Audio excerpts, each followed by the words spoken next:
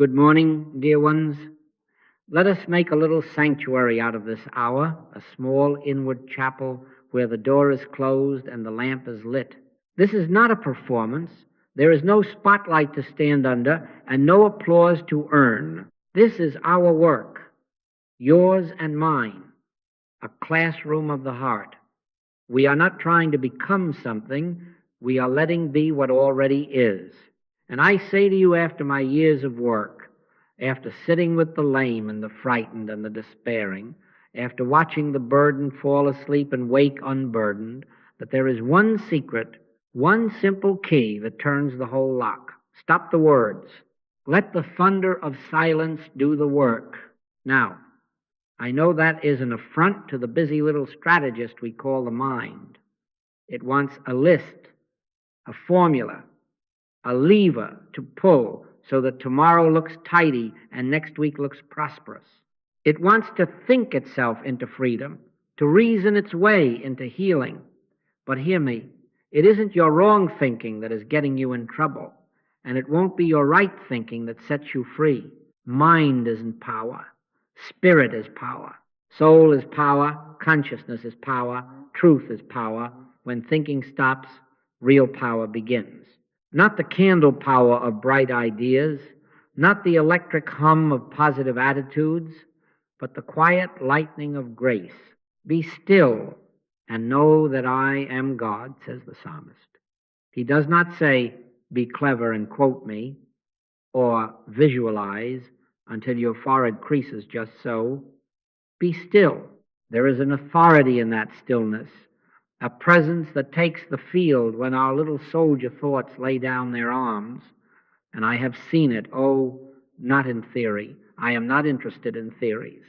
I have sat in a hotel room where fear of loss made a man's hands tremble, and the instant our words fell like leaves and the tree of the heart stood naked in winter silence, something warm and alive began to move.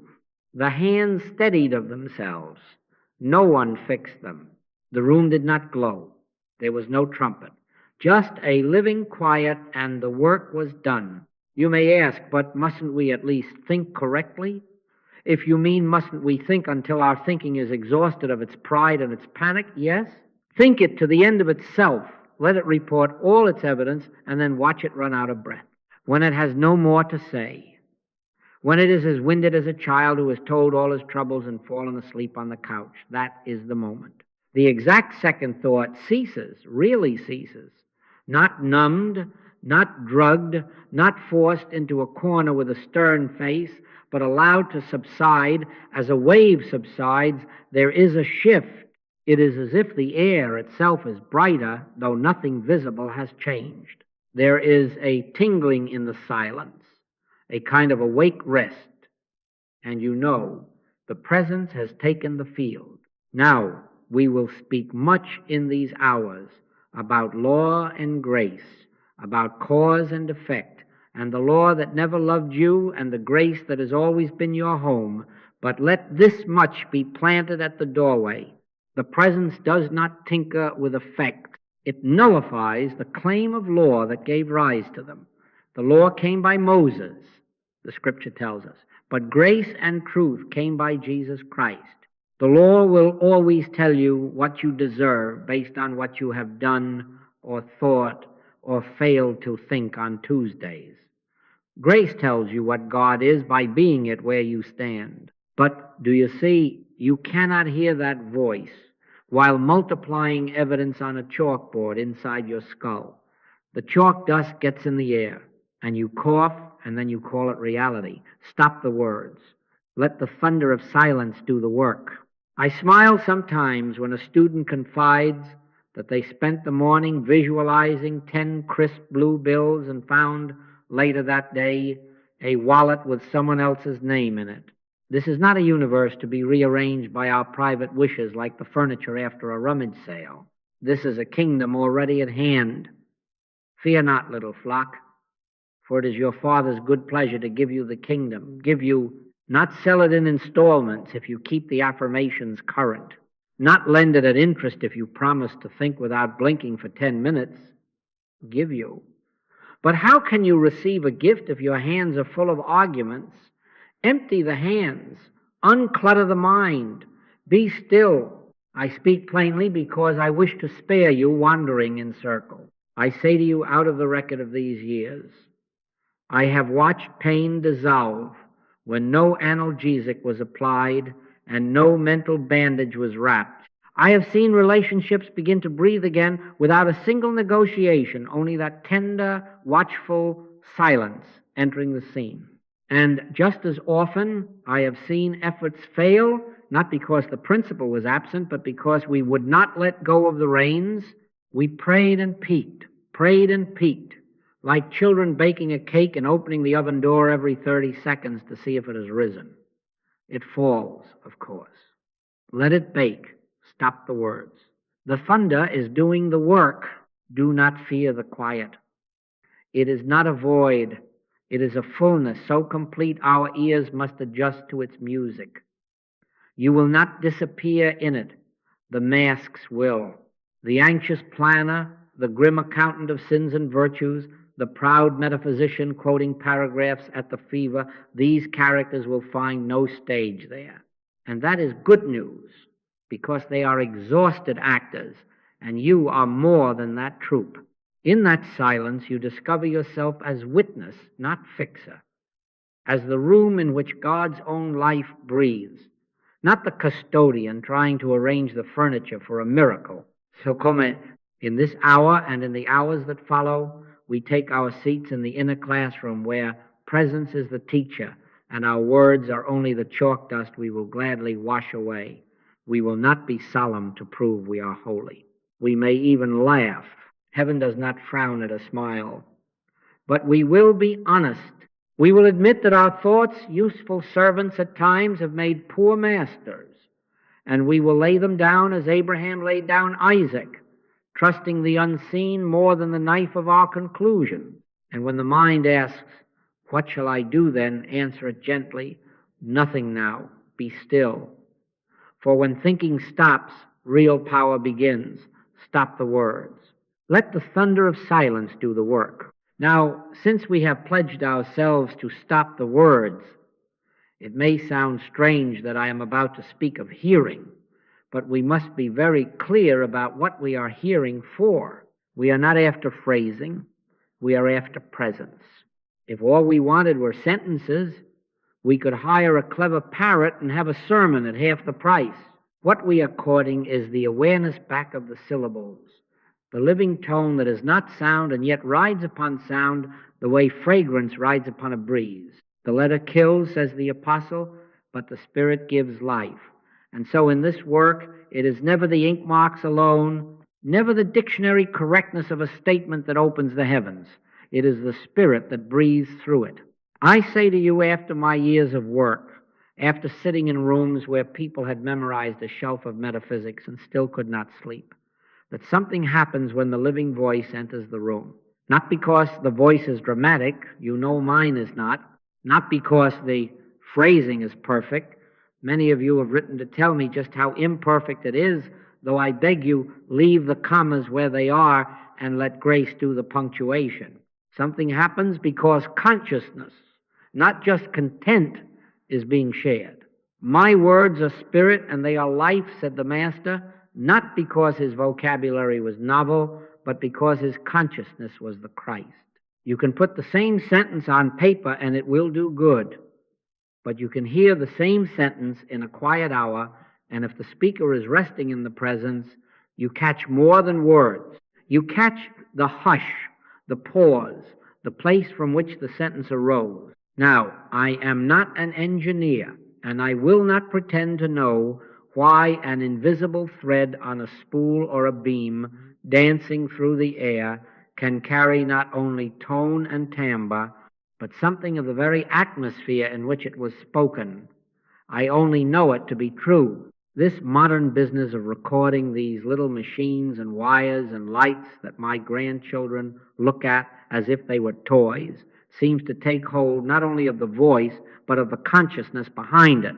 When you sit quietly and let that sound move through the room, It is as if the inner chapel we built together in the hour of speaking is rebuilt around you. The chair you are sitting in becomes a pew again. The walls recede. And for a few minutes you are not alone with your problems, you are alone with God. Some of you have written, please don't use that particular microphone again, it doesn't sound authentic. I smile because I know what you mean. It crackles, it breathes at odd places, it does not flatter the human ear the way a studio does. But, dear ones, authenticity for us is not the polish of a radio voice, authenticity is the fruit. If a recording with a squeak on the 3rd minute leaves you unafraid on the 4th, that squeak is more sacred than the finest symphony in a room emptied of presence.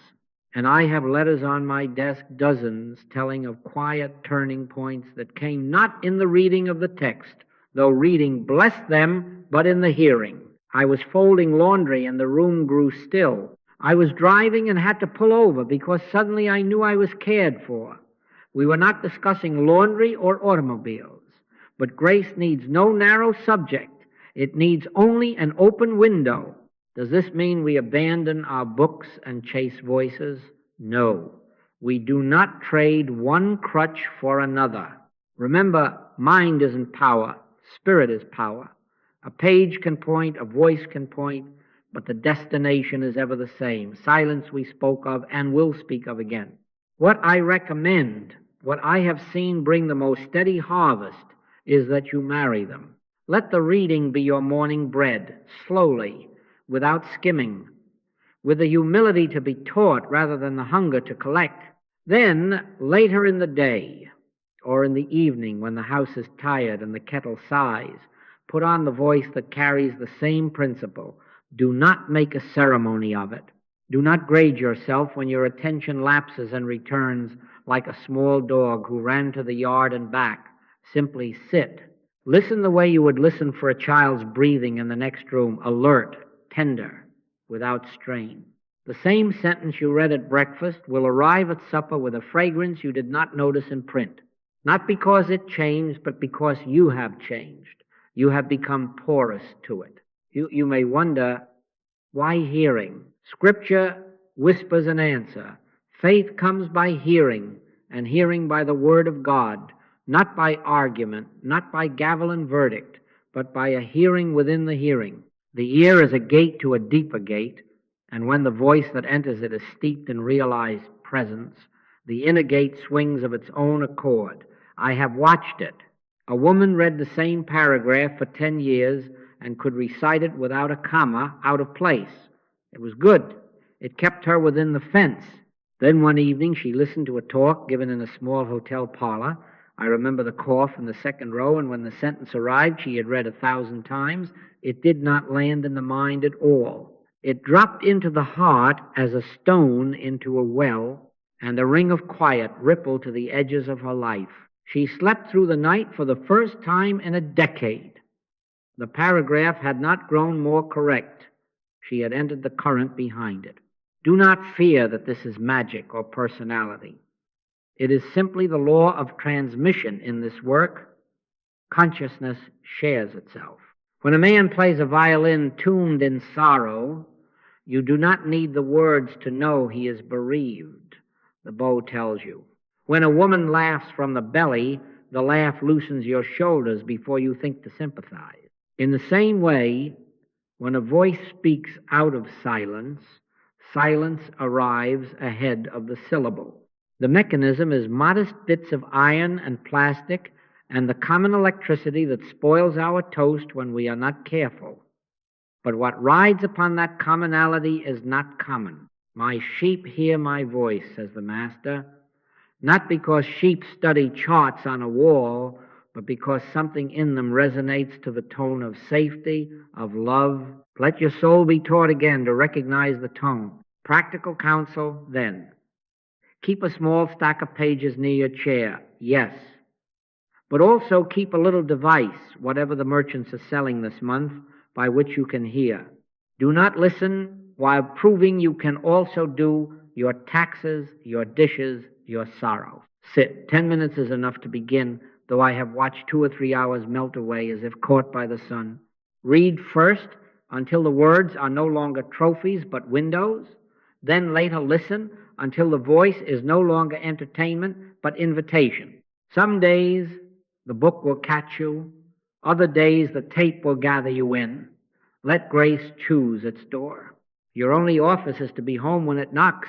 And if you find yourself frowning at the hiss on an old recording, smile at it the way you would smile at a family photograph with a crease across the best face.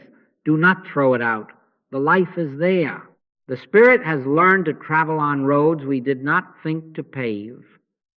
This electronic age, whatever mischief it may bring, has given us one holy mischief.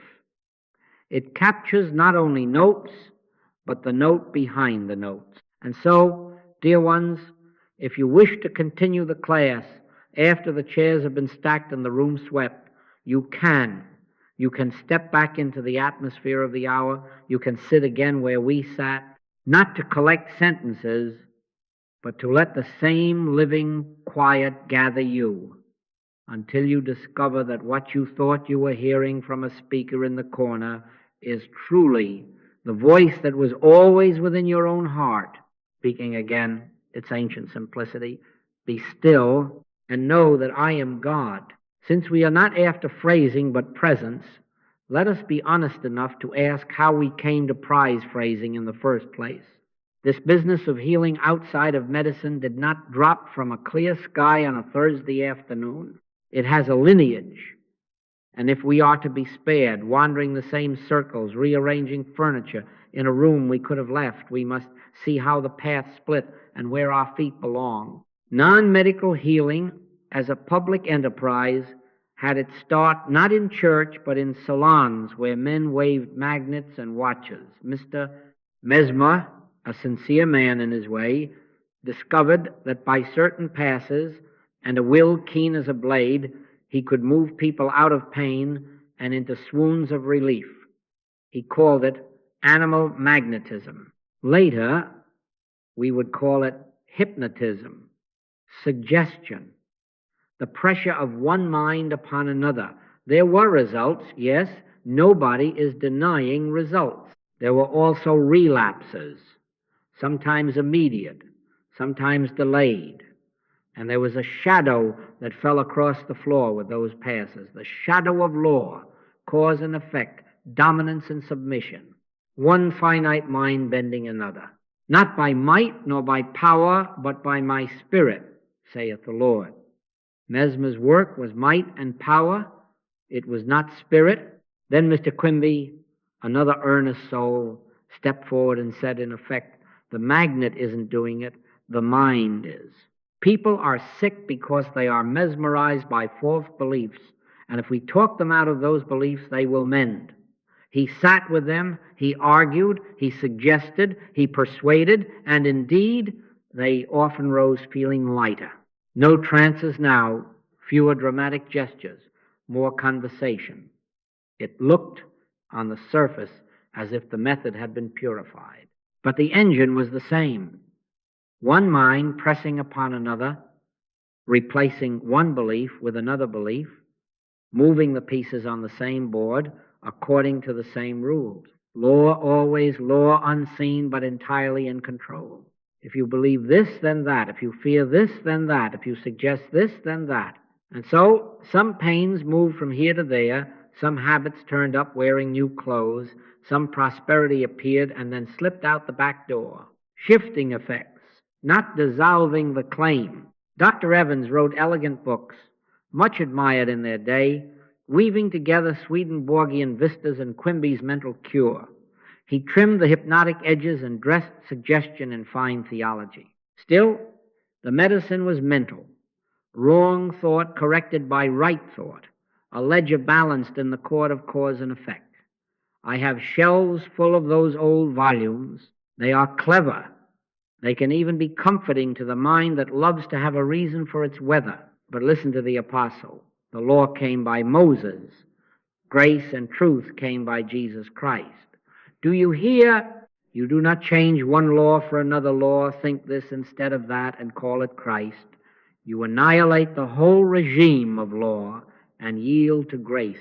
Where the Spirit of the Lord is, there is liberty, not legal adjustment. Now we come to Mrs. Eddie, and I say to you with respect that here, for a flash, the curtain opened on the true principle. In the crucible of her own suffering, she glimpsed that healing is not mind over matter, not even right human mind over wrong human mind, but the revelation of God as the only mind, the only presence and power. When she stood there, the healings were radical, and the shadow of law receded. But students are human, and the pull of the old magnet is strong. Lists appeared linking emotions to diseases as if heaven kept a chart in a back room. Treatments degenerated in places and times into mental arguments with symptoms. And out beyond, the great river of new thought spread into fields and fairgrounds. The Fillmores in unity gathered many bruised reeds and comforted them. May their kindness be honored. But the dominant method across that landscape became affirmation, visualization, self-suggestion. I am this, I have that, I see the other. You can get a parking place that way, so can thieves.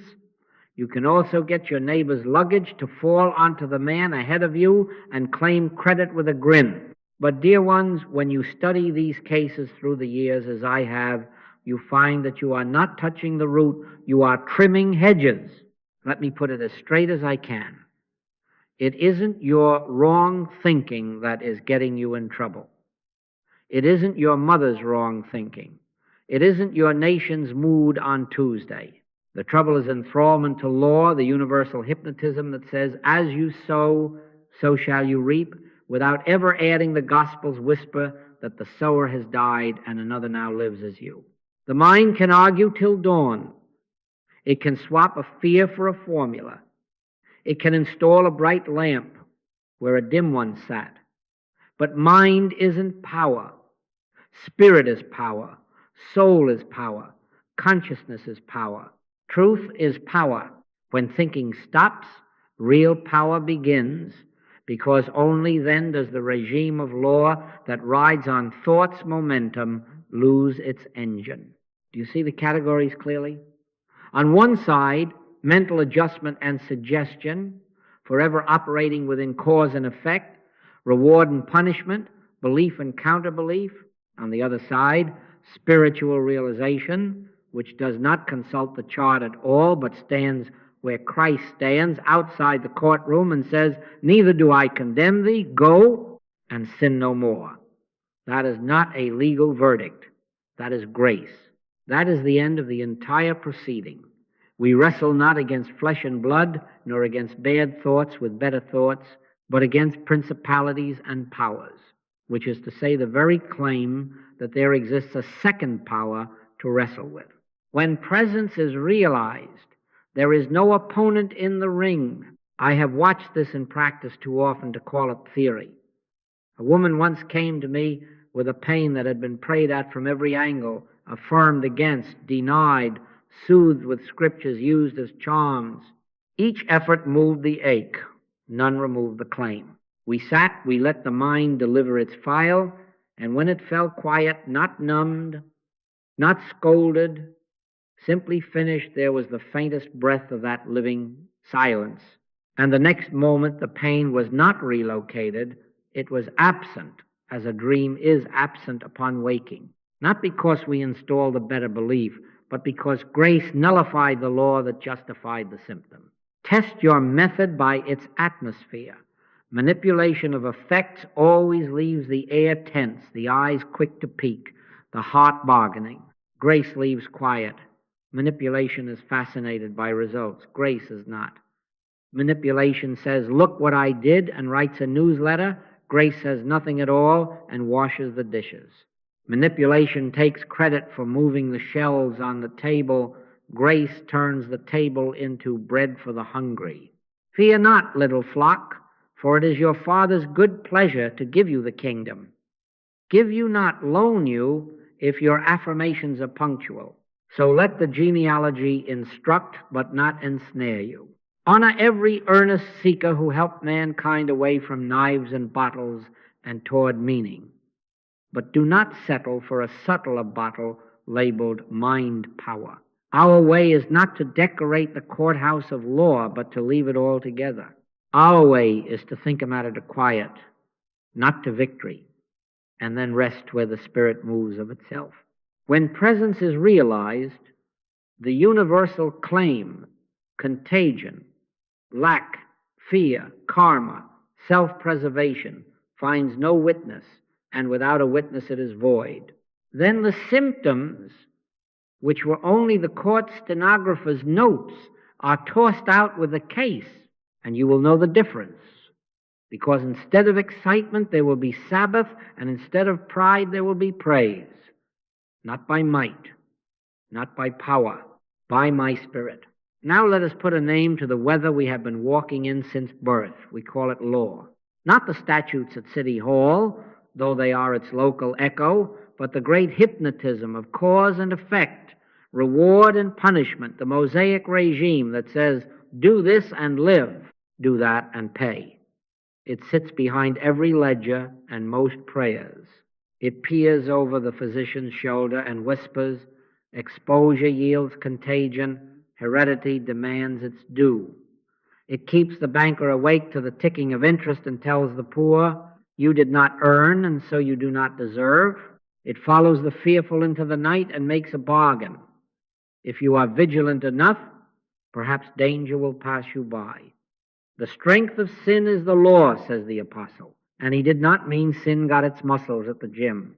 He meant that the very structure of cause-effect is the stage on which every sorrow struts. Listen to its traffic. In the body it is contagion and decline. Winter comes, so you must catch what winter sells. Your father had it, so of course you will have it too. In the pocketbook it is lack and competition. As markets go, so goes your daily bread. The pie is small, so take your slice with haste. In the heart it is fear and self-preservation. Love cautiously, for you must protect your portion. In the spiritualized philosophies, it grows long robes and calls itself karma. Last century you tripped a stranger, and now your ankle must repay with interest. All of it one thing, earn and deserve, sow and reap, cause and effect. And I do not deny that, to the human sense, it runs a tight ship. As long as you stay aboard, the captain is stern and punctual. Here is the first mercy I ask you to accept. Refuse the trap that turns this into morality theater. Nobody is suffering from their own sins. I say it as I have said it in rooms where cheeks were hot with shame, and in nurseries where children lay with fevers they never ordered. Nobody is suffering from their own sins. Master, who did sin, this man or his parents, that he was born blind? Asked the disciples, echoing the old court. And Jesus answered what the court can never answer, neither, but that the works of God might be made manifest. Neither. The blame impulse is part of the hypnosis. It keeps the law in business by convincing victims to prosecute themselves. If you swallow that, you will stop interrogating your thoughts as if they were little criminals. You will stop asking, what did I think to deserve this? And its pious twin, what may I think to deserve better? Because that too is law's language. Right thinking as remedy cannot save you. Hear me kindly but clearly. Right thinking is a fine servant in arranging your pantry and getting the children to school on time. But when you bring it into the sanctuary as Savior, you have crowned a clerk and called him king. Right thinking is still commerce with the court. It is a plea bargain, an appeal to a higher bench in the same building. It says, if I hold this affirmation steadily, will the judge look on me with favor? And the judge, being law, may commute the sentence for good behavior, but you are still in the prison. Perhaps you have traded the straw mattress for a spring mattress. Perhaps you now get pudding on Thursdays, but the bars remain, because the premise remains that something must be done, paid, arranged by you in order that goodness might arrive. Do you see the refinement of the snare?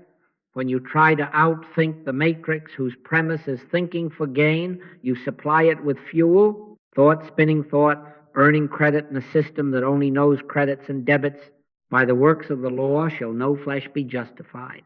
Not by bad works corrected by improved works, not by wrong statements edited into right statements. The letter kills, even a positive letter, carefully typed because it keeps you at the blackboard, chalking up causes and effects and calling the dust in your lungs spirituality. The more clever the argument, the tighter the knot, the brisker the affirmation, the brighter the chain. We were born under the law, says Scripture. That is not an insult. It is a diagnosis. We came into a world that teaches from the cradle, perform and be paid, perform poorly and be punished, report cards, promotions, even compliments at the dinner table, so much traffic in merit. And we are not angry with our parents for this, nor do we sneer at institutions that know no other language. We simply see what we are breathing so that we may freely exhale it. For the gospel does not suggest a better court. The gospel announces an entirely different country. For sin shall not have dominion over you, for ye are not under the law, but under grace. Not a different section of law, not an improved Mosaic act with compassionate footnotes. Under grace, Christ is the end of the law for righteousness to every one that believeth. The end, the closing of the book, the gavel that comes down not with a sentence but with a dismissal, case dissolved because the premise was never true in God. And so I press this upon your heart. Suffering is the hypnosis of law. Healing is emancipation from law.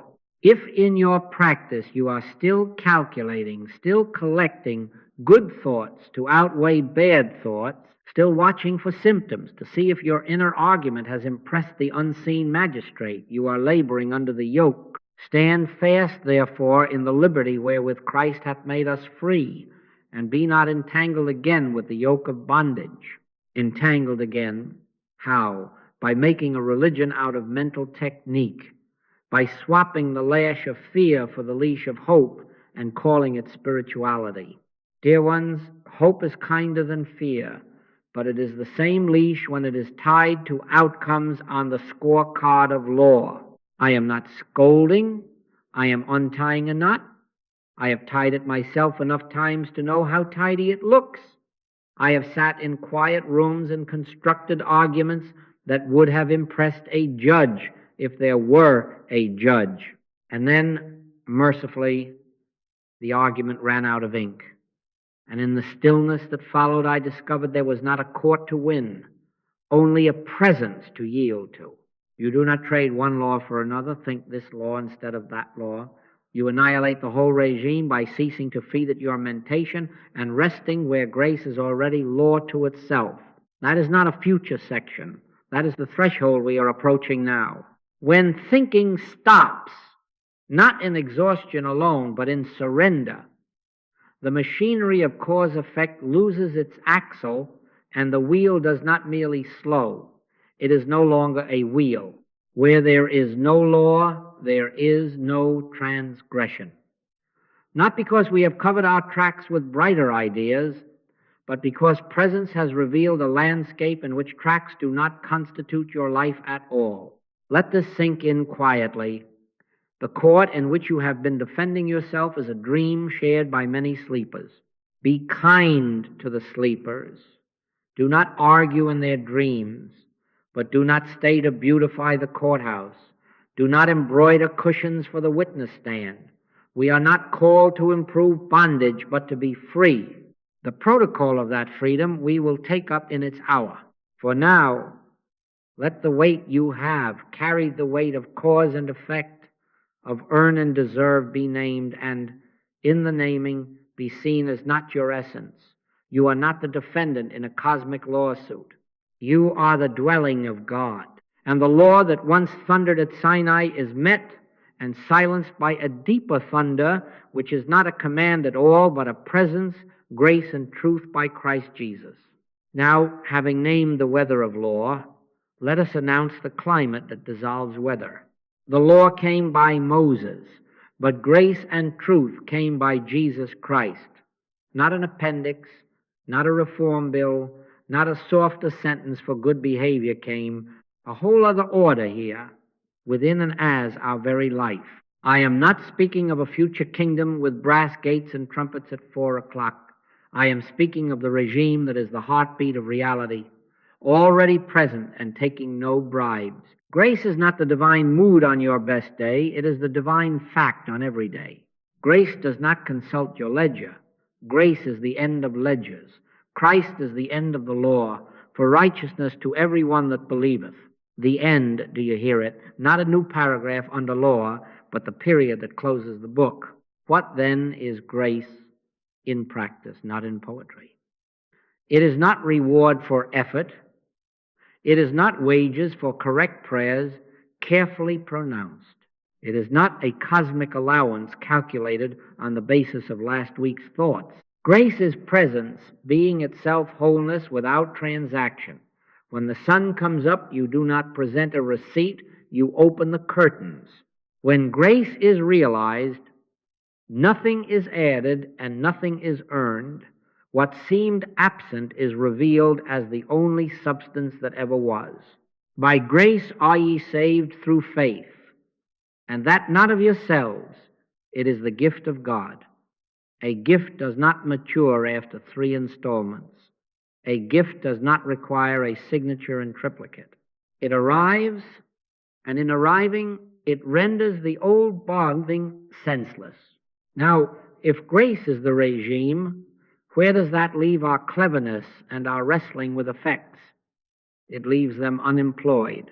I say to you, after my years of work, having watched bright minds tire themselves to a nervous shine, the turning in this ministry comes when we stop treating symptoms as if they were citizens with voting rights. We are not elected by effects, we are elected by grace. Cease wrestling with the fever, the bank account, the quarrel. Do not ignore them like a stoic. Think them to quiet, yes, until the mind has said its last sensible thing, and then rest, not lazy, not drowsy, but alert, surrendered until the living fact of presence is felt. There is a moment known by every soul who has waited in that hush, when the air changes tone without changing temperature, when the inner room says, peace, and the furniture of fear suddenly looks like props from a school play. That is not psychology. That is grace allowed to be itself. Someone will ask, but must we not do something to invite it? The human gets fidgety here. Listen, faith is not a lever. It is an openness, a yieldedness that no longer tries to improve God's government. My grace is sufficient for thee, for my strength is made perfect in weakness. Weakness here does not mean moral failure. It means the mind released from its project of self-salvation, its tireless arithmetic, so that true strength may disclose itself without a partner. When thinking stops, real power begins, because the power was never your thinking. Mind isn't power. Spirit is power. Soul is power. Consciousness is power. Truth is power. And the truth of you is that you live and move and have your being under grace, not awaiting grace like a mail parcel delayed by weather. There is an ethic born of this, and I must put it squarely in your lap for safekeeping. Do not try to demonstrate things. Do not turn grace into a system for acquiring effects and then call the effects proof.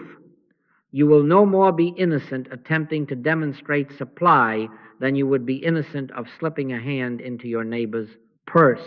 For in both cases you treat substance as if it were outside you, to be gotten, managed, proved.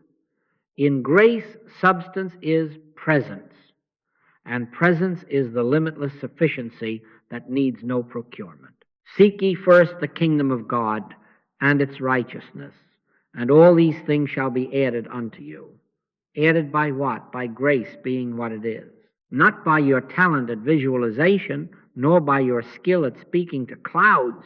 When you try to demonstrate a parking place, you may get it, but you also get the habit of believing that God is a valet. And I assure you, that belief charges interest. What then is our right motive? One only: the realization of the presence of God as the life we are, not as means to health, supply, safety, but as end and being itself.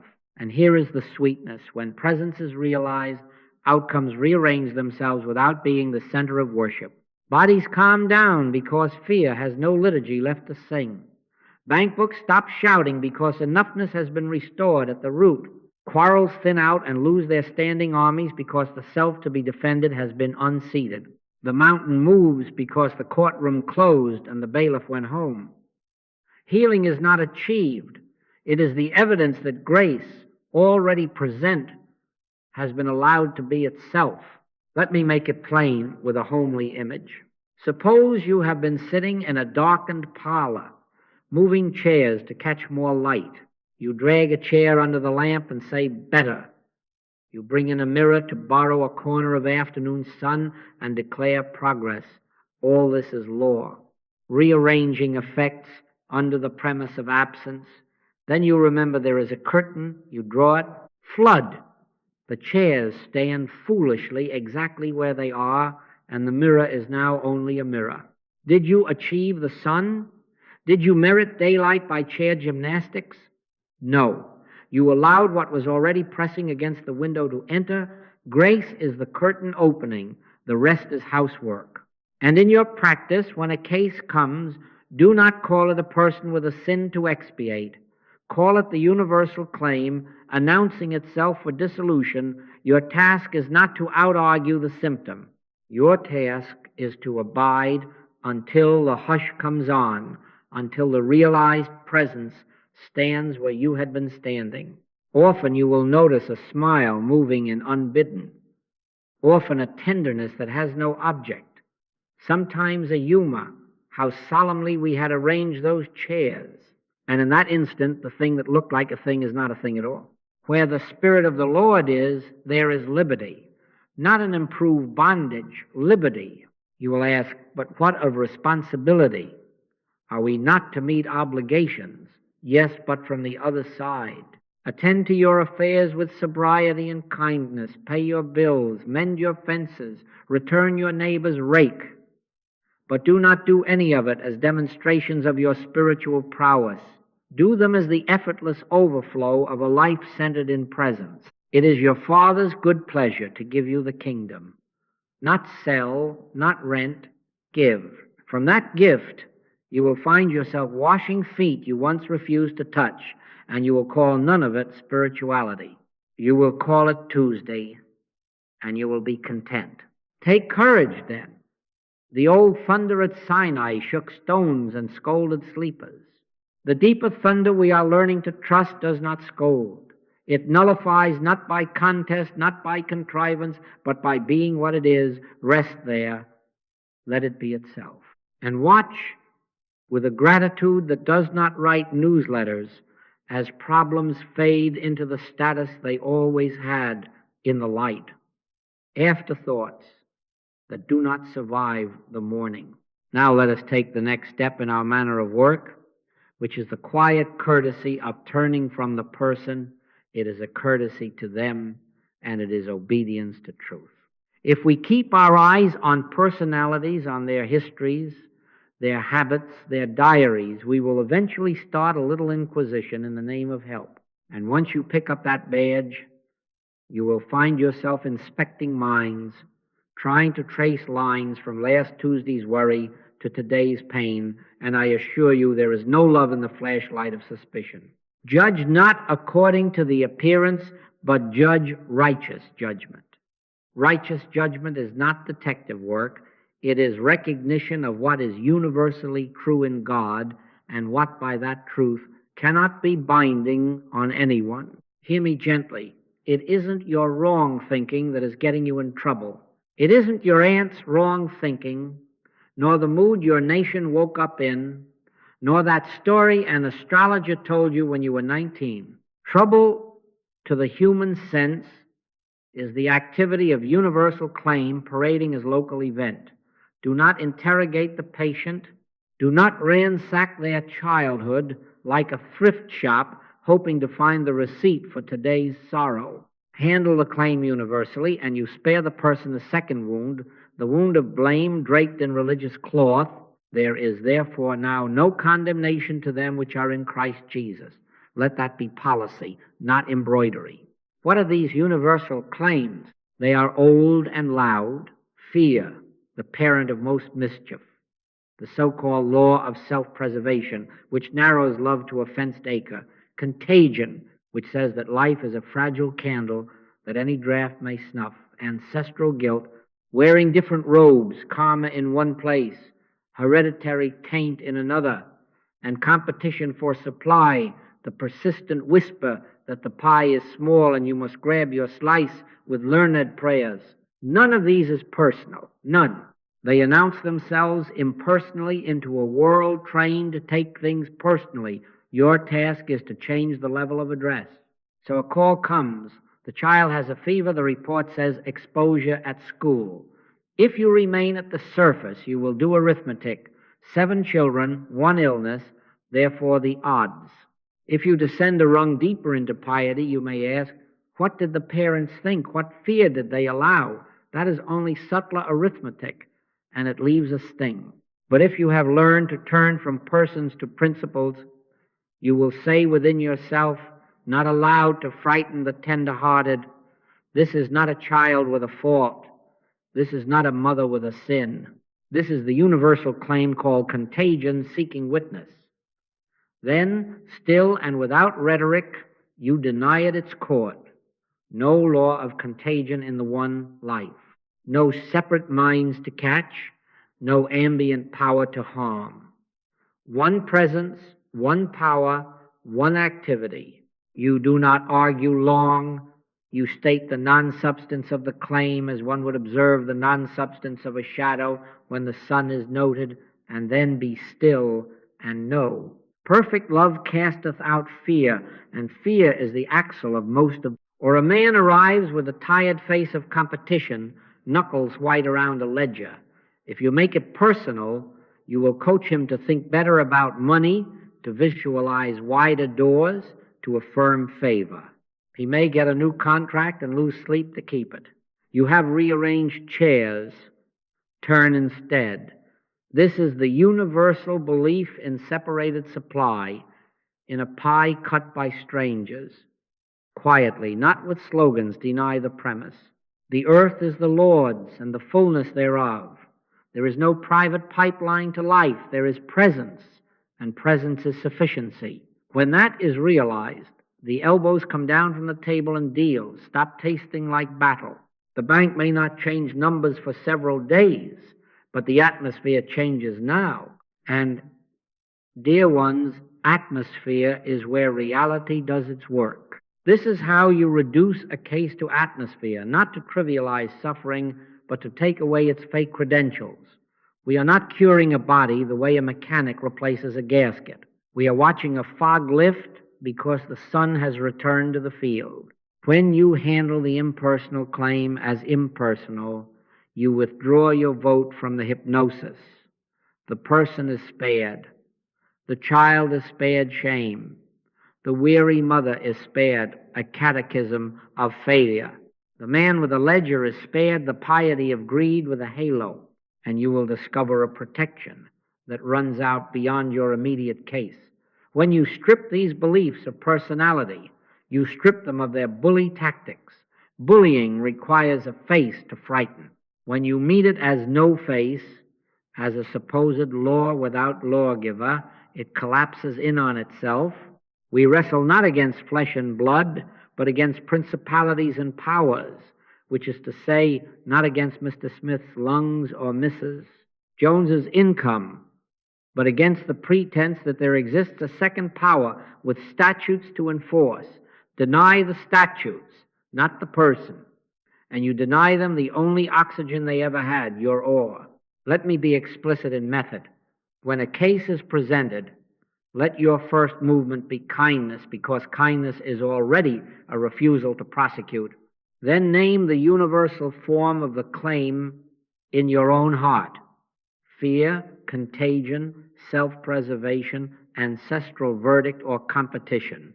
Do not add adjectives. Do not decorate it with their biography. Next, recognize its law nature.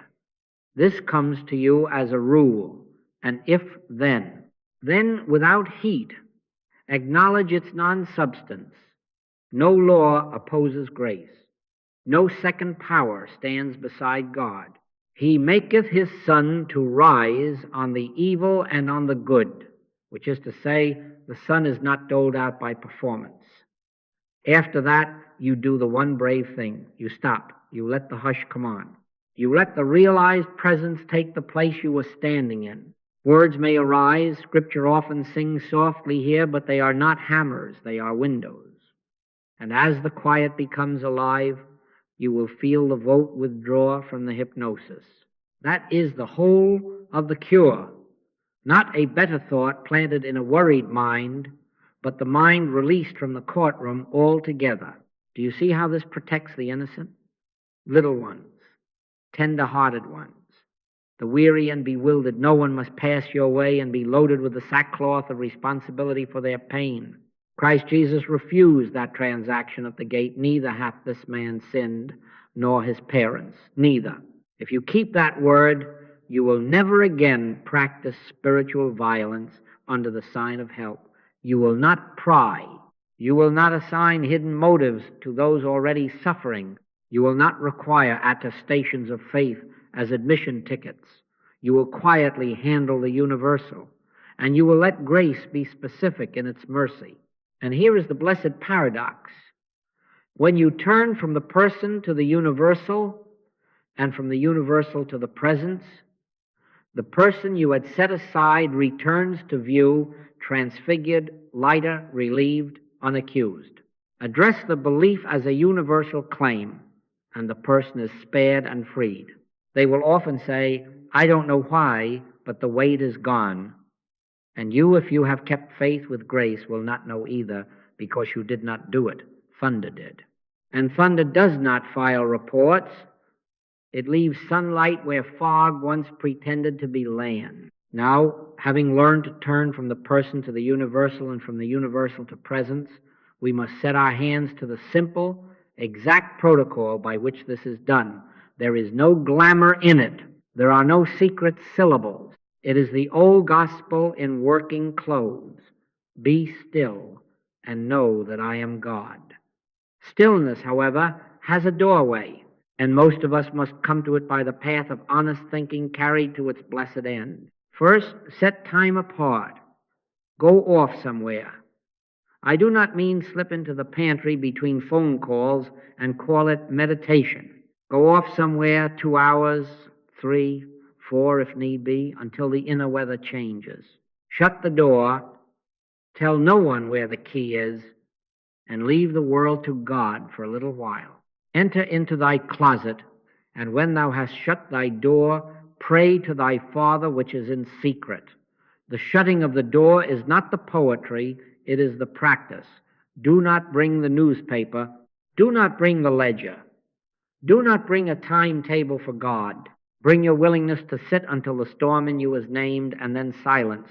Stage 1 is honest mentation. This is where you lay the whole matter out without cosmetics. Put it on the table in front of God as if God did not read your mail, because, to the human sense, you must see what you are hiding from yourself. Name the fear. Do not pretty it up with metaphysical perfume. What is it? Contagion, lack, punishment. The old law of self-preservation asking you to hate your neighbor a little for safety's sake. Name it. Then follow each thread all the way out. If this fear were true, what then? And after that, what then? Take the if then and carry it to its tired terminus. If the doctor's report is final, what then? If the account does not refill, what then? Let the mind have its day in court just long enough to exhaust its witnesses. You are not granting it power. You are letting its noise run until it hears itself. While you do this, you may find old verses rising. Let them rise. But remember what I said before. Words are windows, not hammers. Use them to look through, not to beat at the fear with religious fists. Fear thou not, for I am with thee. The earth is the Lord's, and the fullness thereof. The Lord is my shepherd. I shall not want. Note that none of these promises consult a ledger. They are not bribes. They are atmosphere. Let them open a window in the room so that you can see what is furniture and what is fog. Keep going until something in you is frankly bored with your own cleverness. That is stage 2, depletion. You will know it because argument loses its charm. The mind, which came in like an attorney, begins to shuffle its papers. It has nothing respectable left to say. Do not be harsh with it. It has served you by going as far as it can go. By the works of the law shall no flesh be justified. And the mind, even at its noblest, is a worker under law. When you have reason to the place where reason bows, you are at the gate. The shoulders let down, the breath changes without effort, and the inner room grows very simple. Be alert for the counterfeit here. Do not fall into sleep. Sleep is not salvation. You are not auditioning for a nap. You are coming to attention in the Holy of Holies. Stage 3 is holy idleness. I call it idleness because the engine is stopped, but it is holy because you are not loitering. You are awake to the one who is always awake to you. Close the book of thought. Do not manage the silence. Do not start a new project called being still. The human wants to help God. Remind it kindly that the universe is not short-staffed. Be present, unoccupied, alert. Stand still and see the salvation of the Lord. Do not make salvation. See it. If a verse floats across like a feather, fine, but do not clap for more feathers. If a warmth comes in the heart, do not take its temperature. If you begin to feel a quickening, a tingling at the edges of the quiet, do not run headlines. The kingdom is not a reporter, it is a presence. Often there is that subtle shift in the air, no sound, and yet thunder, power announcing itself without performance. When thinking stops, real power begins, not the power of mind manipulating mind, but the power that was here before you could spell philosophy. Mind isn't power, spirit is power, soul is power, consciousness is power, truth is power. You will ask, what do I do when thoughts intrude again? Nothing dramatic. If a small thought comes tapping like a neighbor, do not slam the door and do not entertain it for tea. Note it and let it pass down the street. If a practical duty truly belongs to you in that hour, it will be given as an ease, not as a panic. If it is only the old habit of arranging chairs in the dark, it will lose interest in a room that has drawn the curtain. This is why I counsel 2 or 3 or 4 hours if need be. We are not wooing ideas. We are letting the weather change. You cannot bully the climate, but you can sit by the window until the storm is finished. Sometimes this takes 15 minutes after 2 hours of honest mentation. Sometimes, after 5 minutes of quiet alertness, you know you are done for the day. Do not make a schedule for presence. My times are in thy hand. Let me place guardrails at the path's edge, because I have watched too many earnest pilgrims tumble into the very canyon we are crossing. Never try to demonstrate effects. Do not use this silence to get things. Do not bargain with God for parking spaces, checks in the mail, or tidy laboratory reports. You will no more be innocent attempting to demonstrate supply than you would be innocent of borrowing your neighbor's coat without asking and calling it providence. You may get the coat. You will also get a thief's anxiety. That is the moral of demonstrating things. You keep worrying the rope you have tied to yourself. Take no thought for your life, what ye shall eat, or what ye shall drink. That is not nihilism. That is ethics. Seek first the kingdom. Seek the realized presence as the end, not the means. And all these things take their proper place as byproduct, not as trophies. I must tell you a little story to save you some bruises. A student decided to put her new spirituality to work on the freeway. She visualized a perfect space by the door, spoke to it like a well-trained dog, and arrived triumphant only to learn it was marked for expectant mothers, and one very expectant mother was circling with tears in her eyes. Now, nothing bad happened except to her conscience. She learned in 5 minutes what I hope you will learn without a scene in public. When you turn presence into a valet, you make yourself a small god, and you train your heart to count spoils. It isn't freedom. It is the same old law with prayerful upholstery. How then do we hold ourselves in this holy idleness without slipping back into commerce? By remembering why we came. We did not come to get. We came to be. We came to abide until the false court falls silent. We came to let grace be what it is. In that resting, something that is not of our make moves. In quietness and in confidence shall be your strength. Not in schemes, not in mantras as weapons. Quietness, confidence.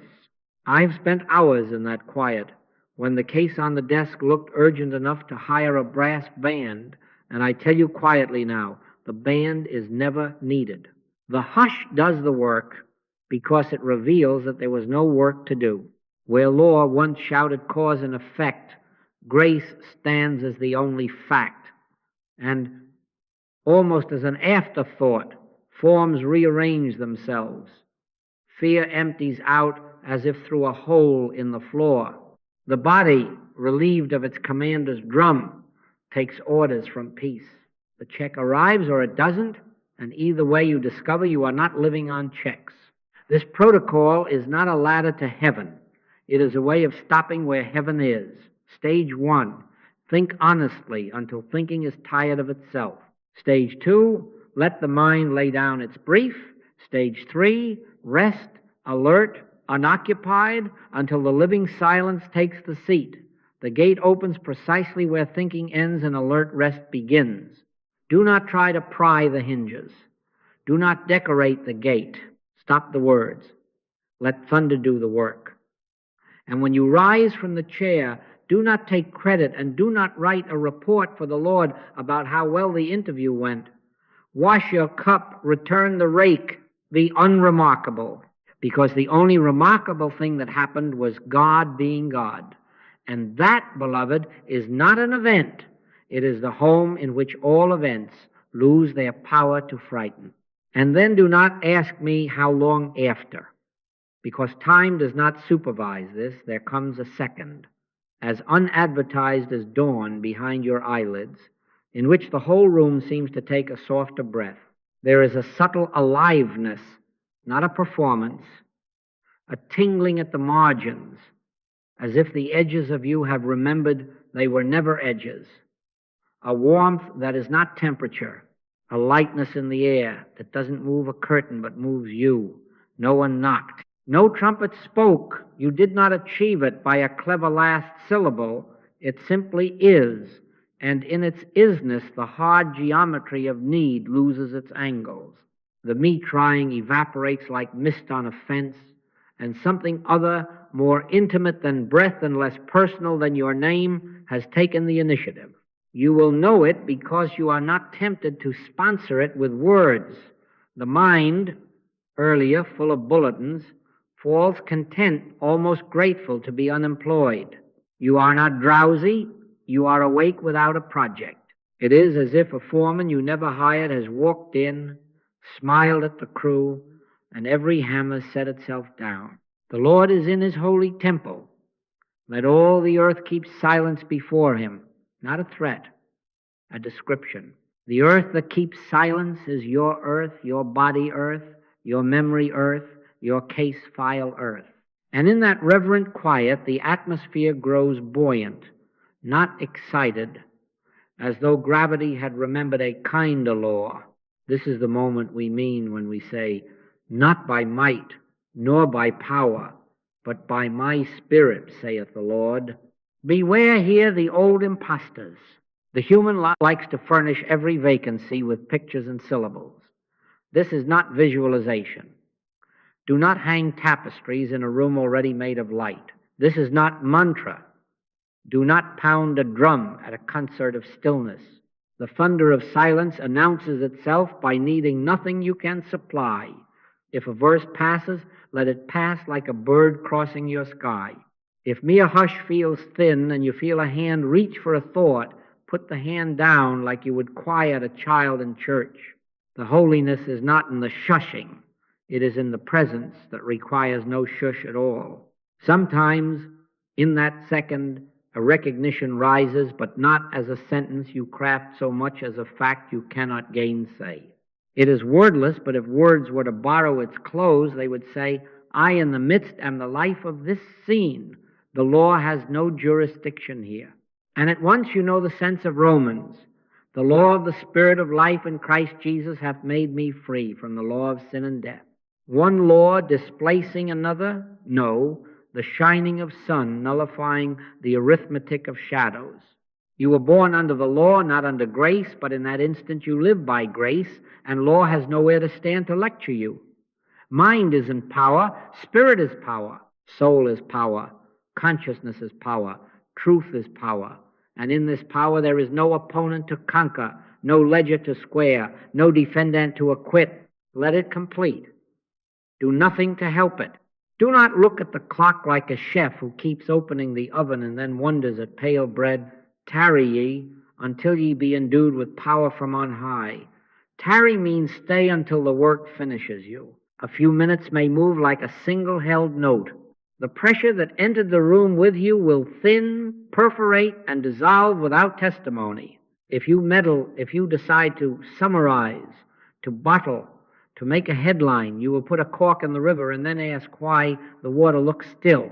Allow the river to run. Allow the hush to accomplish what your explaining could never begin. I must tell on this with a smile. A student once set a kitchen timer to be sure she had given God a respectable opportunity. Each time the bell rang, she leapt like a lifeguard, straightened the hymn books of her thoughts, and began again. By the third bell, she had made an idol of punctuality and a stranger of presence. Turn the timer to the wall. He that believeth shall not make haste.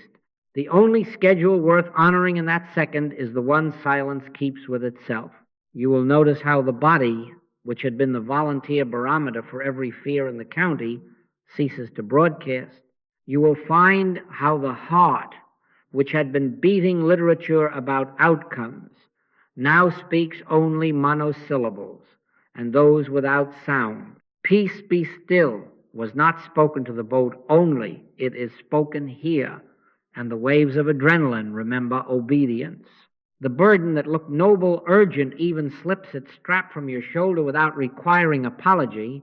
My yoke is easy, and my burden is light. It is not that forms have yet rearranged, though often they begin to, but that form has been deposed as your ruler. You are not living on checks. You are not living on verdicts. You are living in a presence that has no commerce and therefore no crises. Do not convert this into a tool. Do not say, I felt the tingling, now let's get the demonstration. You will no more be guiltless of trying to cash in that quiet than you would be guiltless of borrowing your neighbor's coat and calling it providence. It is God which worketh in you, both to will and to do of his good pleasure. Let God be the whole worker. We are not co-laborers as two men at a bench. We are witnesses dismissed from the bench because the judge has taken his seat.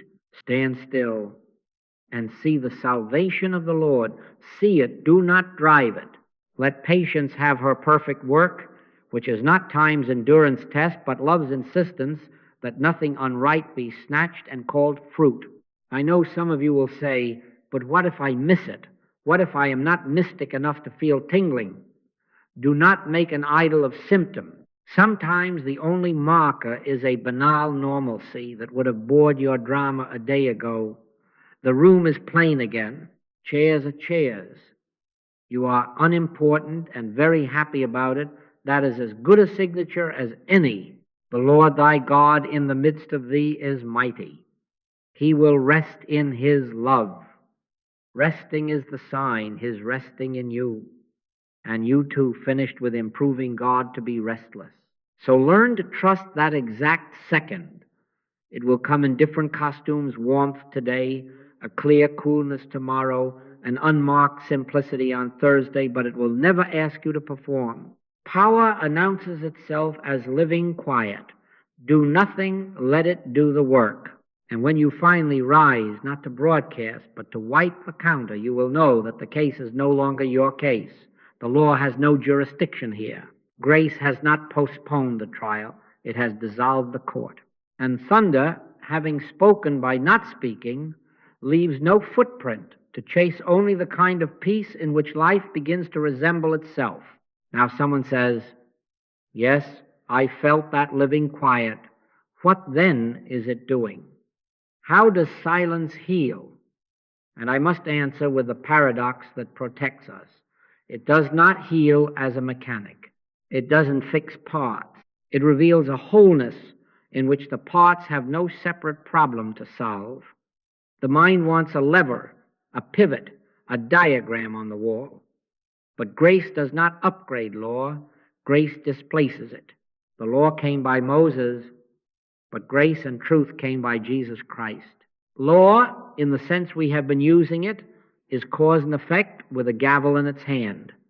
Grace is presence without opponent, light without shadow, arithmetic. Where presence is realized, cause and effect cannot prosecute its case because there is no court left, no bench to sit on, no docket to read. The law of the Spirit of life in Christ Jesus hath made me free from the law of sin and death, not negotiated with, free from. Think of it this way. Fear, contagion, lack, these are not personal habits we must whip. They are universal claims that live by breath borrowed from our consent. In realized oneness, they cannot breathe. They are like small fires dependent on the room's oxygen. When the room is recognized as open sky, limitless presence, their flame goes out without ceremony. This is not argument, it is atmosphere.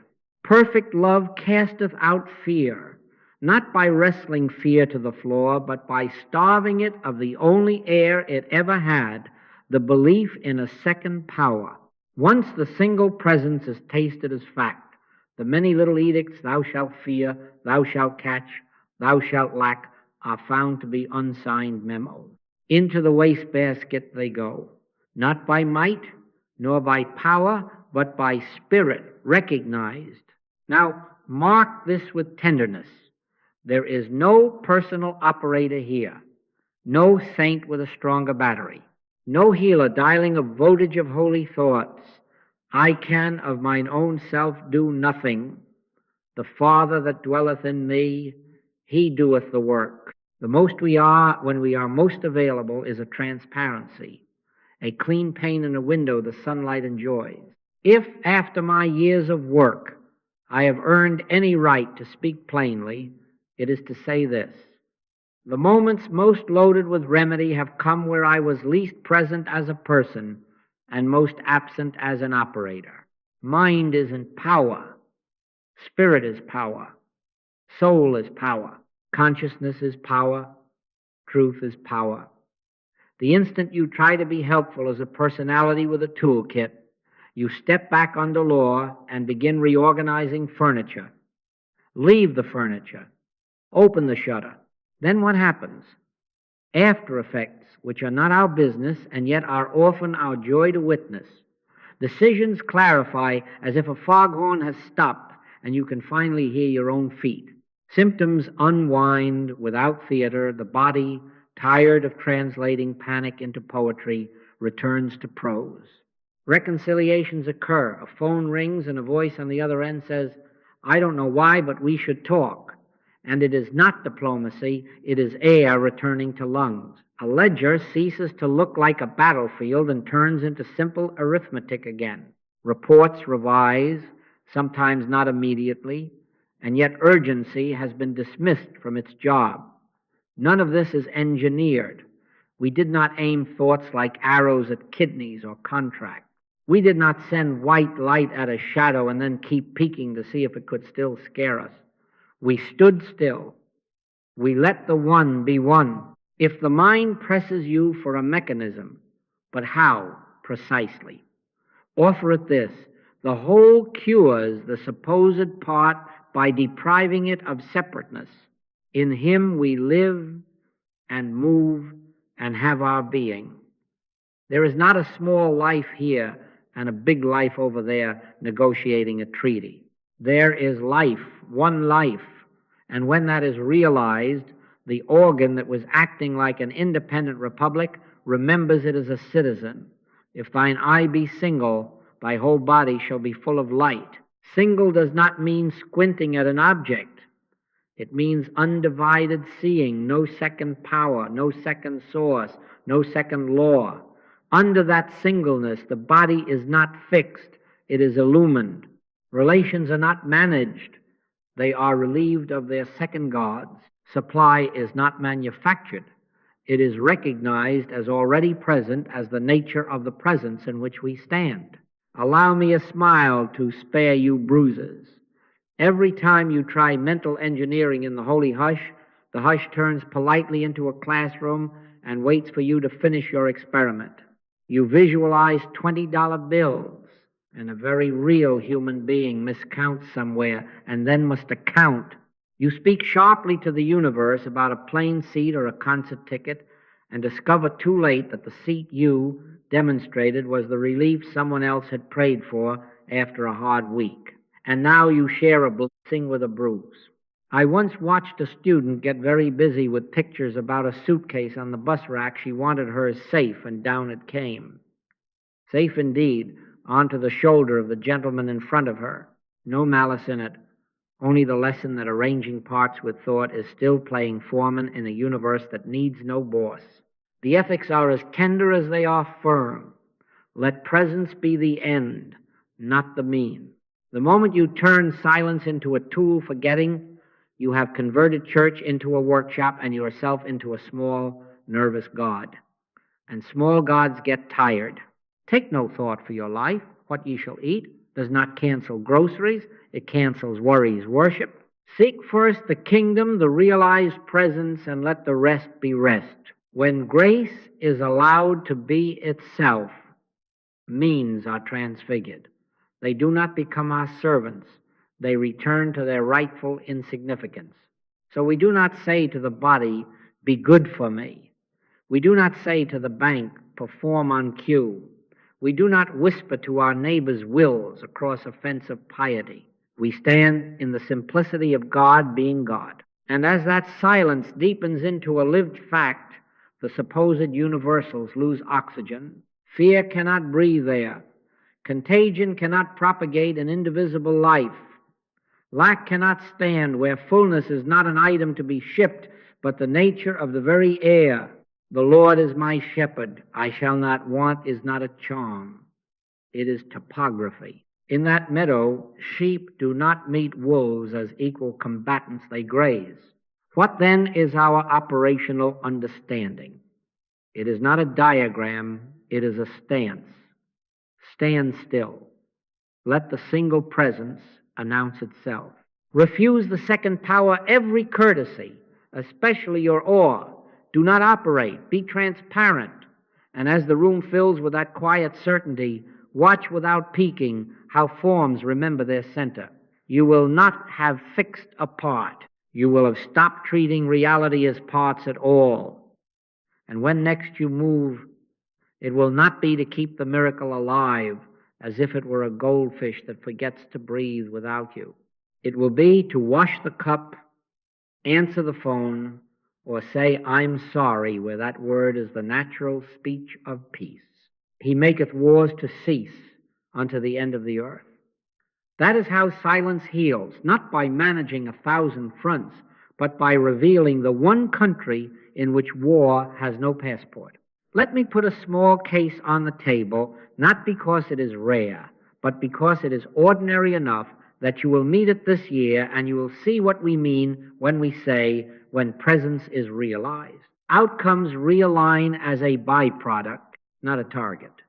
One evening the phone rang late enough that the ring felt like an accusation, and on the line a young man whose heart was behaving like a drum corps, pounding, shallow breath, sweat, and a label waiting in the wings to attach itself like a burr. He had already brushed the internet enough to assemble a Greek chorus of diagnoses. The mind had made a courtroom, the judge was robed, the prosecutor eloquent, and the sentence nearly pronounced. "I'm afraid," he said, and then whispered, "I think this is it." It was the old law of self-preservation in costume, shouting, "Fear now, pay later." We did not speak long. Words would only have given the prosecutor more stationery. I asked him to sit, feet on the floor, and tell the truth out loud to God.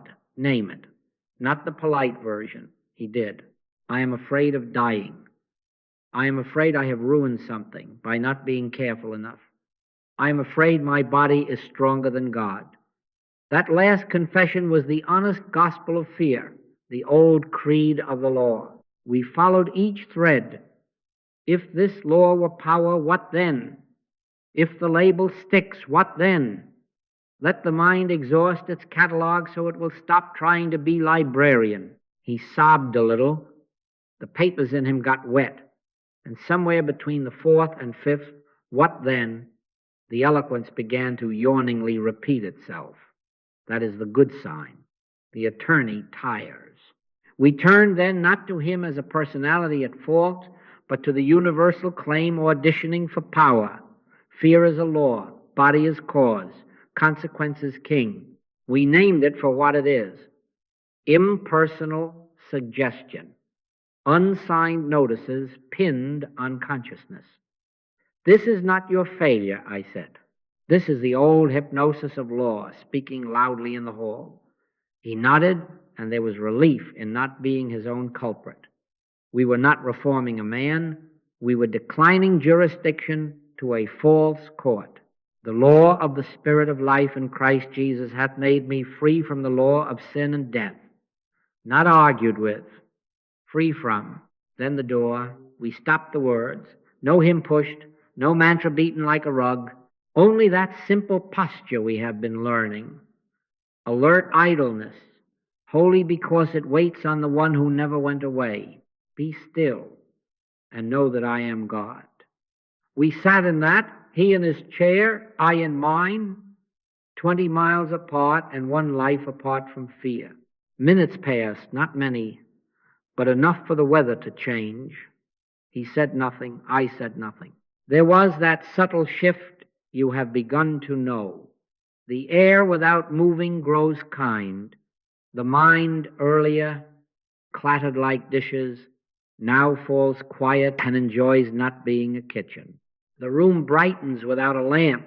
He whispered, almost embarrassed, "My hands are warm." Then after a bit, "My breath is coming of itself." That is the thunder without sound. Do not clap for it. Do not narrate it. We did not. We let it finish us. When the hush has taken the seat, it is unkind to stand and make a speech. The Lord is in his holy temple. Let all the earth keep silence before him. Not a threat, a description. His earth, pulse, ribs, labels waiting by the door kept silent. Within minutes, the surge of peace did what no sentence could have offered. The need to fix evaporated as surely as mist remembers sunlight. He did not become brave. He became uninterested in fright. Perfect love casteth out fear, not by wrestling, by casting, because where the room is recognized as sky, the little fire finds no oxygen. Over the next hour, while we said nothing worth printing, the body discovered it was no longer a news station. The heart's drum settled into simple time. The palms dried. The miracle? No. The natural byproduct of a court adjourned. My yoke is easy and my burden is light. He went to bed without bargain, which is rarer than sleep. The next day, because life still uses means without worshiping them, he kept his appointment. Machines printed lines, polite and unremarkable. The medical name that had been eager to take up residence found no mail slot. A few numbers that had staged a small drama on the previous visit now read like sidewalk addresses, nothing to report. And nothing had been done to him except the removal of a second power's citizenship in his house. Mark this, please, because it guards your ethics and your sanity. We did not speak to a heart as if it were a Labrador retriever. We did not aim affirmation arrows at arteries. We did not visualize a metronome and force biology to salute. Mind isn't power. Spirit is power. Soul is power. Consciousness is power. Truth is power. No one reformed their thinking to pass an exam. No one purchased a demonstration by piety. We identified a universal claim and refused it, the courtesy of being personal. Then we rested, alert, until presence, uncoached, announced itself as living quiet. Grace displaced law, not by argument, but by being what it is. The courtroom dissolved, the judge went home, the clerk swept the floor and turned off the light. And the body poor volunteer that had been stopped translating panic into poetry and returned to prose. I share this small case not to decorate a lecture with a trophy, but to let you see how simple this is when we are simple. It is always the same sequence, though it wears different hats. Honest mentation to its last breath, the turning from person to universality, the resting that is not napping, the unadvertised arrival of that tender thunder, and then as afterthought, life remembering its center and organizing itself around it. He maketh wars to cease unto the end of the earth. He makes not you, not I. And when the war ceases first in you, do not be surprised when the reports grow plain and the breath forgets to be an event. Hold this as your working parable. When next a label tries to fasten to your life or to a friend's, you will be tempted to help. Decline the promotion. Let the one be one. Seek first the kingdom, the realized presence, and let the rest be rest. Outcomes will realign as they must in an atmosphere where law has no furniture left. And you will find, smiling at nothing in particular, that peace arrived first and the body, grateful and a little abashed, followed. Now we must put a fence around the meadow, not to keep love out, but to keep goats from eating the hymn books. I say to you, after my years of work, and with as much affection as warning, never attempt to demonstrate supply, relationships, or prestige. Do not set the infinite to hunting your trinkets. The moment you conscript God for errands, you have turned church into a storeroom and yourself into the foreman. You will no more be guiltless of trying to demonstrate supply than you would be guiltless of stealing it. Thou shalt not covet thy neighbor's house, nor anything that is thy neighbor's. Coveting in religious language is still coveting, and to dress it in metaphysics is to take the name of the Lord in vain. Why so firm? Because to manipulate effects is to return to law. It is to stand once more under cause and effect with a gavel in your hand, rearranging furniture in a court that grace had dissolved. The instant you say, get me this contract, move that man, make her love me, secure me that platform, you have confessed a separation that does not exist. You have announced to yourself that fulfillment lives outside the presence and must be fetched by thought. That is theft stealing from grace, the dignity of being sufficient by itself. Take no thought for your life, what ye shall eat or what ye shall drink. That is not indifference. That is reverence for the one who is not provision but provisioner, not means but presence. Hear the brighter half now. True abundance is not an itemized ledger, it is a realized presence. The minute presence is allowed to be itself, fulfillment is not a guest, it is the house. The earth is the Lord's, and the fullness thereof. Fullness is the nature of God, not the reward of your mentation. All that I have is thine, said the father to the elder son, who had been living like a hired man outside a banquet already prepared. Seek first the kingdom, the realized presence, and all these things our master promised are not thrown at you as prizes. They are recognized as scenery appropriate to a life no longer under a second power. Mind isn't power. Spirit is power. Soul is power. Consciousness is power. Truth is power. The realization of that one power is fulfillment. Let this redefine ethics for a community as well as a person. Rise above nation, color, creed. If you dwell in the household of God, you will never again know the word competition. There is neither Jew nor Greek, bond nor free, for ye are all one in Christ Jesus. One household does not compete with itself. When you accept the single presence, you renounce the mythology that your neighbor's success exhausts your heir. In the atmosphere of grace, there is no scarcity to provoke elbows. Love does not sharpen its business plan against a brother's ribs. Freely ye have received, freely give. In that spirit, your work, your art, your daily bread become sacraments, means transfigured, because they are no longer worshipped. Now the protection clause, tender and firm. This guardrail does not only rescue your sanity, it keeps innocent ones safe from metaphysical coercion. Do not pray a person into your arms or out of their post. What God hath joined together, let not man put asunder. And what man has joined together from fear or vanity, let not your treatment glue into idolatry. Every push of will dressed up as prayer is a trespass on the holy ground of another's freedom. Rebellion is as the sin of witchcraft, and whenever we ply thought as leverage upon another's life, however pious the language, something sorcerous has entered the sanctuary. In a universe of one mind, the only lawful influence is love's impartial shining. Anything else is a pressure system, and it always breaks somewhere, usually on a tender one who didn't know they were in your project. Do you see the kindness in this prohibition? It relieves you of the guilt of living off borrowed supply and saves the stranger from being used as your means. It protects the nurse at the end of a long shift from finding that the seat you demonstrated for your comfort was the rest her bones asked God for. It keeps the scholarship from being willed across the table because you outchanted another mother's hope. It refuses to speak to a will as if God were a hinge to be oiled. It keeps your hands off the chessboard of other lives and returns you to the altar where presence is the only end. What then do we do when a need names itself?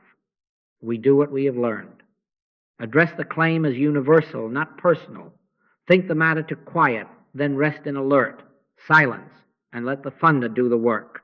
If a bill lies on the desk, we refuse the suggestion that supply is created by hours or inherited by luck.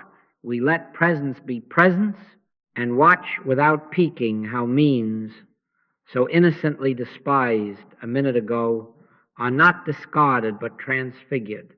A phone call comes not as magic, but as the natural conversation of an ordered life. Guidance appears, not as a voice booming in your hallway, but as a step that is obvious because fear no longer blocks the path. The Lord is my shepherd. I shall not want. That is not a budget. It is a geography. In that meadow, sheep do not compete. They graze. I know how subtle the temptation is, the mind whispers, but certainly a small demonstration is harmless.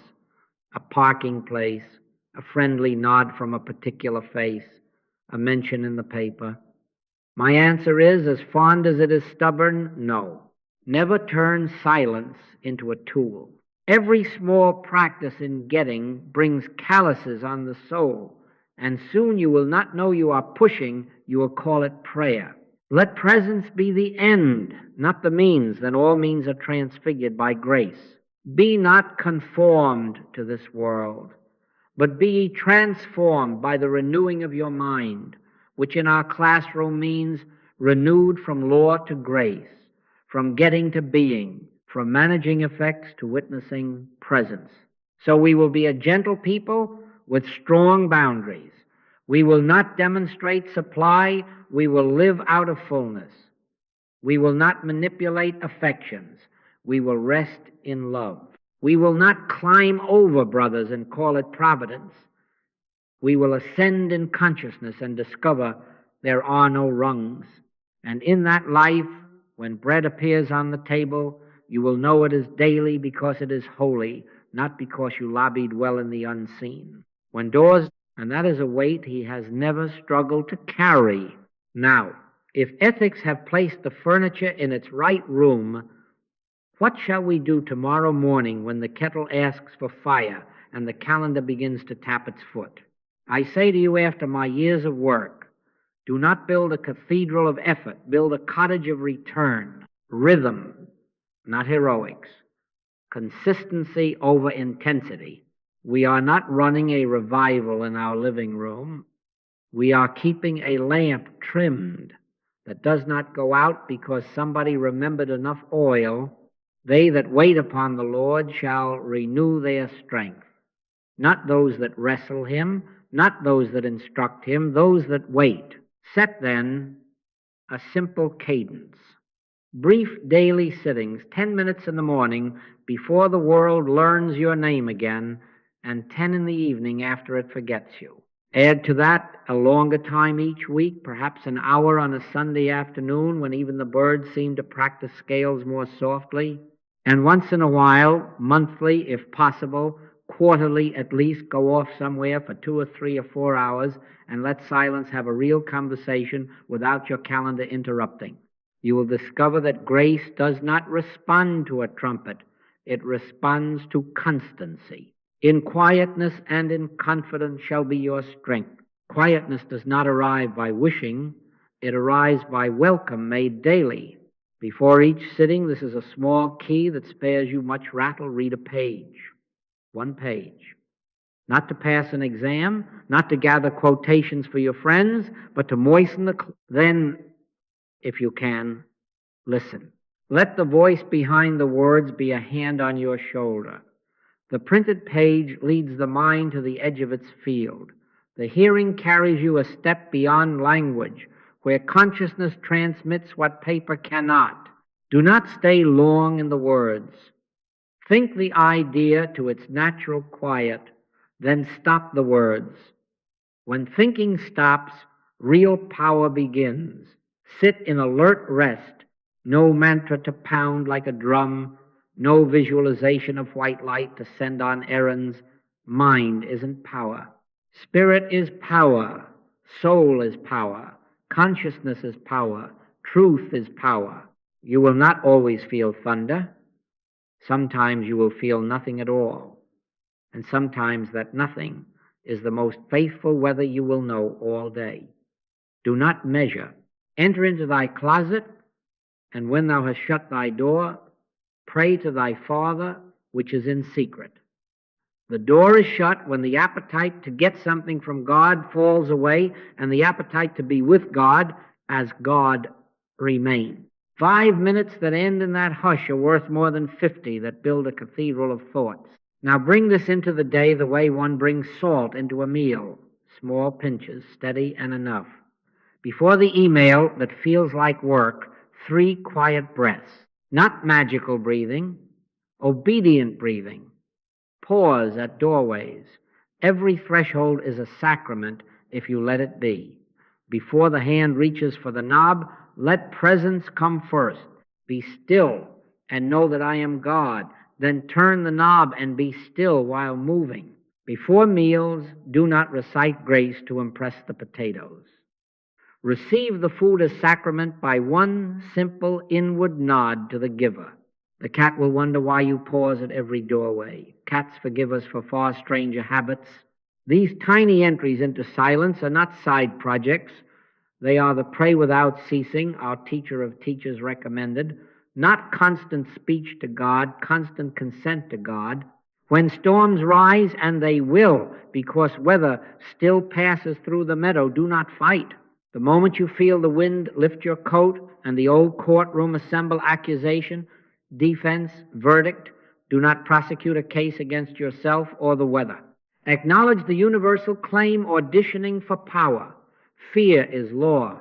Anger is necessary. Lack is real. The body is cause. Handle it as a universal claim, not a personal one. Withdraw your awe. Say within yourself, with tenderness and a little smile, the old hypnosis of law. Then enter the inner room. Sit if you can. Stand still if you cannot sit. Think the matter too quiet. Follow each fearful what then to its last echo until the attorney begins to yawn. Then stop. Stop the words and wait in that alert, living silence that is nobody's tool. Let the thunder do the work. I can of mine own self do nothing. The Father that dwelleth in me, he doeth the works. If you keep this rhythm, the longer times will not feel like holidays you dread to plan. They will feel like appointments with an old friend. Choose a chair that doesn't pinch, a window that looks on something sane, and be unashamed of how ordinary it is. You do not need a mountain cottage. A faithful corner of your room will do. Turn off what beeps. Read a page. Listen for a few minutes.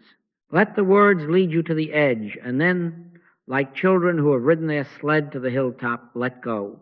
Sit long enough that a new weather can arrive, long enough for the noise in the cellar to finish rattling, and remember it has nothing to prove. You may feel that aliveness, that tingling in the hands, that warm river along the spine, or not. Either way, the work is the same. Do nothing, let it. And do not fall into the romance of arriving. There is no absolute healing in time. There is the absolute of grace revealing itself again and again within time. Manna falls daily. It does not ship by the month. Give us this day our daily bread. As thy days, so shall thy strength be. Stop trying to stuff your pantry with spiritual groceries and live instead as a man or woman who trusts the bakery is never closed. When a symptom recedes or an argument resolves, do not build a museum exhibit to it. Let it pass like last night's weather. Seek first the kingdom. Let the rest be rest. Turn again tomorrow. We were born under the law, not under grace. But in this practice we live under grace, not under law. Do you ask how life will change around such a small schedule? It will organize itself around the center you honor. The emails that used to feel like a battlefield will pick their own order and stop shouting. The body will take the hint and rest where it can because it is no longer being used as an announcer. Decisions arrive as if they already knew where they were going and were merely waiting for you to notice. The conversation that needed courage yesterday will need only kindness today. My yoke is easy and my burden is light. Ease is not lack of labor, it is lack of second power. When presence is the home address, the furniture of means is not tossed out, it ceases to be worshipped and becomes useful the way chairs are useful when you no longer ask them to be kings. Keep the guardrail even in these small pauses. Never use them forgetting. No miniature demonstrations tucked into a breath. No, Lord, give me the upper hand in this meeting. No, please let that seat be mine. No, soften him up disguised as intercession. You would no more be guiltless of trying to demonstrate a parking place in a breath than you would be guiltless of stealing it with your hands. Freely ye have received, freely give.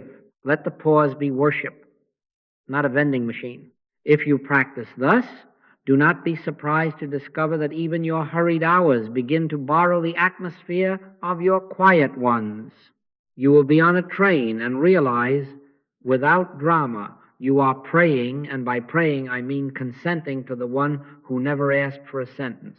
You will be at your desk and catch yourself pausing at the send button, not out of fear but out of reverence, and your words will go out into the world with less bark and more root.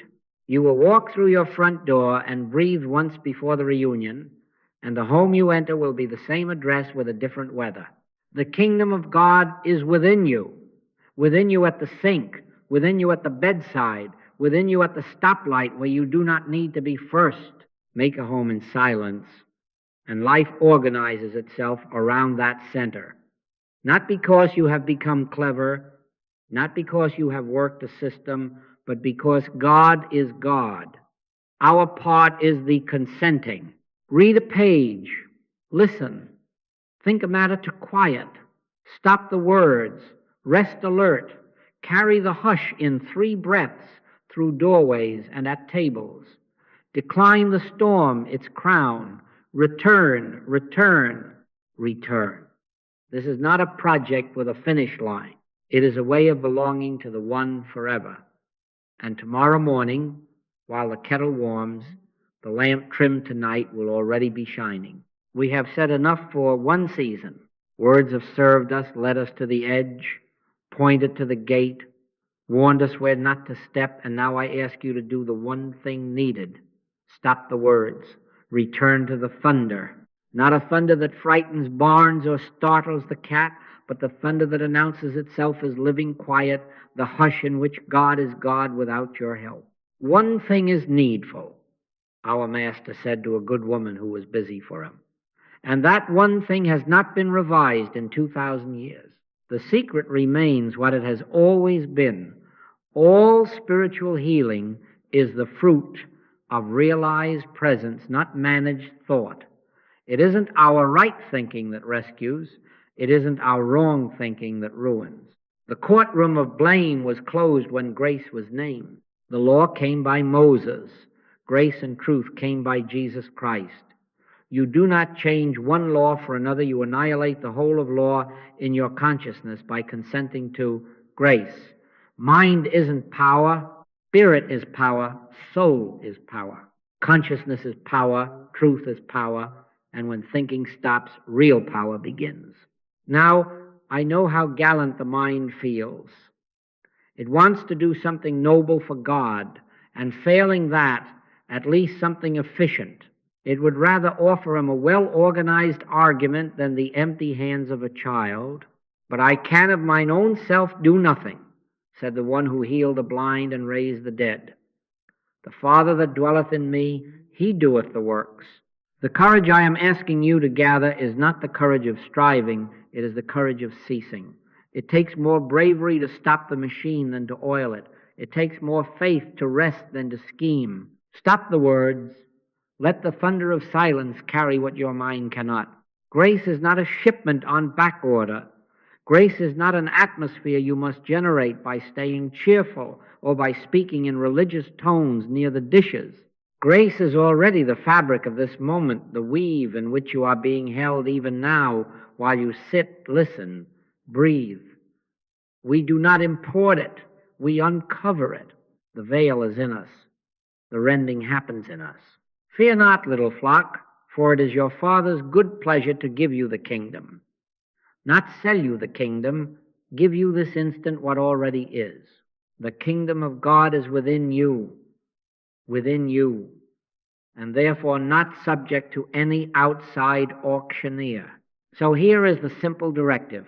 Do not make it a romance and do not postpone it for inspiration. Put the longer session on your calendar today, not this week, today. 1 hour. If your life is noisy, then 2, choose the chair that doesn't argue, the corner that doesn't advertise, the time that offends no one but your habit of busyness. Turn off every bell except the one that belongs to heaven. Read a page only to moisten the clay. Listen for a few minutes only to catch the tone that carries more than text. Then think the matter to quiet. Follow every what then to its last echo until the attorney yawns and packs up his brief. And then here is the gate. Stop the words. Rest in alert silence. It is not a nap. It is a consent. Do nothing. Let it. If the tingling comes, smile at it. If nothing comes, reverence the nothing. It is often the fuller something. Be still and know that I am God. Not be brilliant, not be fervent, be still. Guard the session as you would guard a child sleeping. Do not use it for getting, Do not smuggle a shopping list into the sanctuary. If the mind nudges, a small request would be practical. Smile like a parent who recognizes an old trick and let it pass. Take no thought for your life. Your Father knoweth. The moment you conscript silence to fetch, the thunder fades and you are left with weather.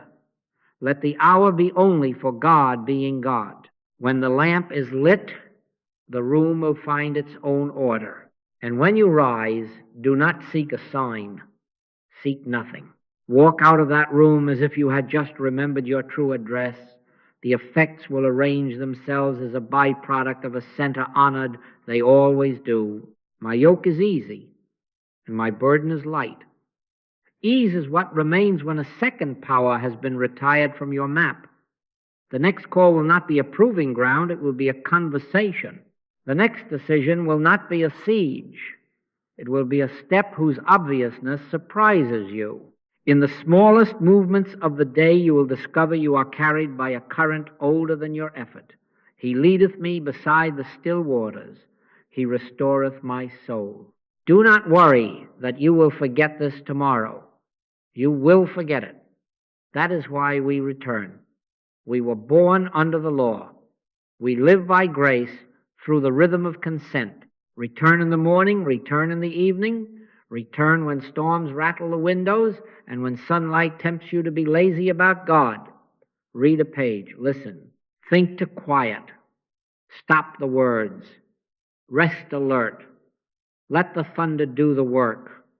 Let it do it in you until it does it as you. And if you find your humor along the way, if the cat learns your pauses, if the kettle grows sanctified, waiting 1 extra minute, thank God that holiness is not allergic to the ordinary. I say to you, with whatever weight my years can offer, trust this. It will not make you special. It will make you simple. And in simplicity there is a power that this world, being noisy, does not credit. Let presence be the end, not the means. And watch how means, freed from worship, take their rightful, happy place. The Lord is in his holy temple. Let all the earth keep silence before him. That earth includes your pulse, your calendar, your inbox, your headlines. Keep silence not as a performance, but as a place to live.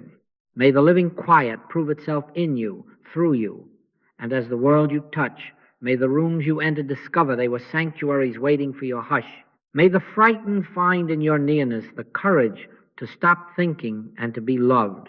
May your own nights be shorter because burdens remembered, they are not oxen to be driven.